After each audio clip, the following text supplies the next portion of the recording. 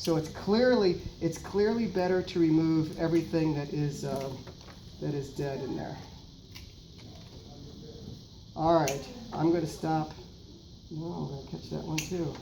I'm going to stop right there. Okay. All right. So that's it. What size pot? I brought some clay pots, and the size pot that I would put this cattleya in would be a clay pot like this. This is as big as I would go.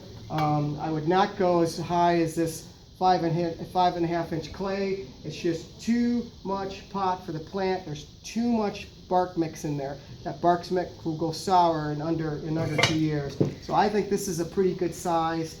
The other option is, and I'm almost done, to switch over. Wayne brought a couple of pots. Again, I think this pot is a little too big for it, but it would grow, and I could easily grow this cattleya in this size pot, but it's too small. It'll get pot bound in this really, really quickly. But you know, orchids, cattleyas in particular, are a lot happy getting pot bound than they are having too much potting mix to grow in.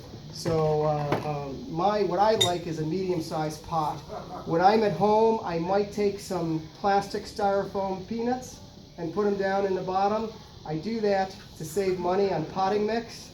I'm not convinced it helps with drainage, but the whole world is convinced of that, so it helps with drainage. But it certainly takes away 2 inches of potting mix for every pot, and when you multiply that out by hundreds of pots, I save several bags of potting mix. So I get the styrofoam peanuts or those plastic net pots if you've seen them. Should have brought one. You put them upside down. Does anybody have?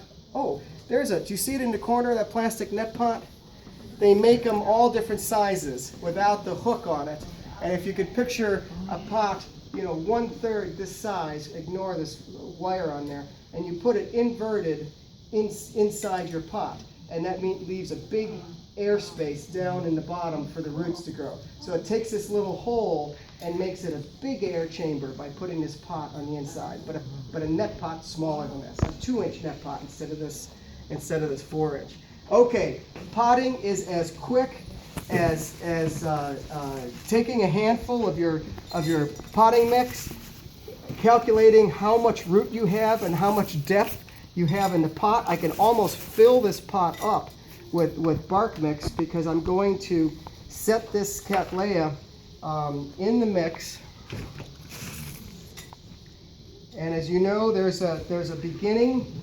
There's an old side, which is back here, where the leaves happen to be smaller, and then there's a brand new side that has the newer growth. So the next growth is going to come out going this direction. The cattleyas travel across the potting mix. So what that means to you is you take the back side of the cattleya and you put it up against the inside of the pot so that the front side of the cattleya where it's growing has all that real estate to grow across. If you put this front side, and this is where the new growth is going to come out, if you put that front side right up against the end of the pot, the very next new growth that comes out will be over the edge of the pot, and all your roots will be out in the air instead of going into the potting mix. So you set it the way you want it.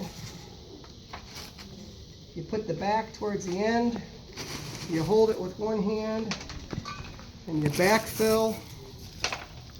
Oh yeah, that bag's in your way, isn't it? Oh, it's okay. And you backfill, and then I like the rhizome clips that work great on clay. And you come in there and do a rhizome clip, and you can fly through your cattleya collection by doing it that way, a little too high in the bark. And that's it. And you grab your tag, and the tag goes back in. So the newest part of the plant is near the center of the pot. The next new growth is going to come out over here. Nothing is going to happen back on this side of the pot. All the new activity is going to be over here, and you'll start seeing beautiful new roots. I tend to wait about 2 weeks before I water. I like to stress them. I don't put them back on the bench and water them right away. I put them on the bench and I let them think about what they've done, and then I'll start watering, because it does two things for me. It really confirms with the orchid that you have disturbed it, and that's a good signal for spring growth. And where you've made cuts on the roots, it gives 2 weeks of a dry environment for those cuts to heal and callus a little bit. And then when I start seeing signs of new green root tips growing, I'll start to water, but I usually just do that across the board at about 2 weeks. If I start seeing the newest pseudobulbs start to shrivel, I'll start giving a little bit of water. So I won't wait too long. I know some folks repot, soak them right away and go on the bench. And they do great with that. I just put mine on the bench and I let them sit there dry in a very humid greenhouse. I increase the humidity up, I increase the circulation, but I let them think about it and fight for the fact that, ooh, I better do something. I better start rooting, and they will. I have one cattleya that's doing something I've never seen before. It's 4 pseudobulbs in a row, and I have roots coming out along the entire rhizome underneath all 4 pseudobulbs. Never seen that. I mean, I see occasional roots coming from different places, but I looked all the way across. There must be 30 roots coming out all different angles. It was We want to make sure you're happy.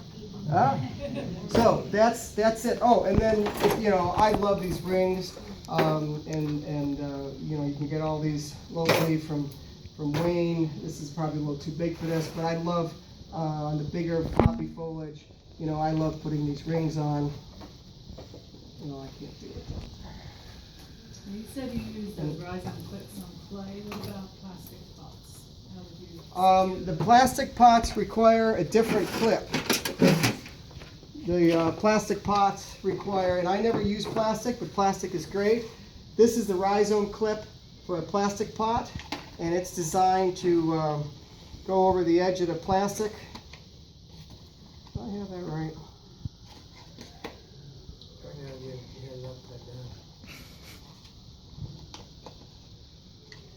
You're used to it, aren't you? I'm not sure, I don't think I have that right. But basically, this plastic clip is designed to hang on to a plastic pot, and then it sends that rhizome clip across the top. Gee, I did that pretty quick.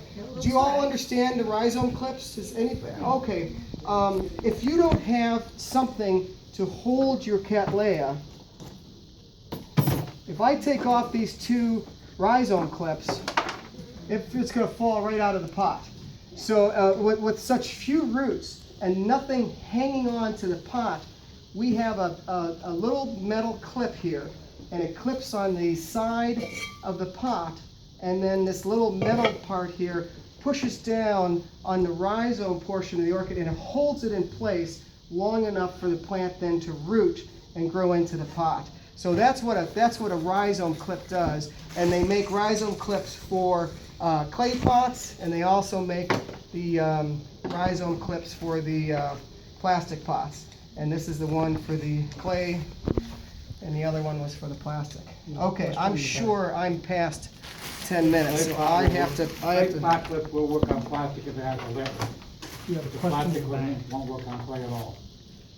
So with the rhizome clips, it's going to hold the orchid in place so that it has a chance to root. Then those beautiful new roots will come out. They'll start swirling around, and nothing is better than seeing green tips coming out the bottom, green tips swirling around the edge of the pots, and you love it when you look at the repotted plant and you got roots coming all over the place.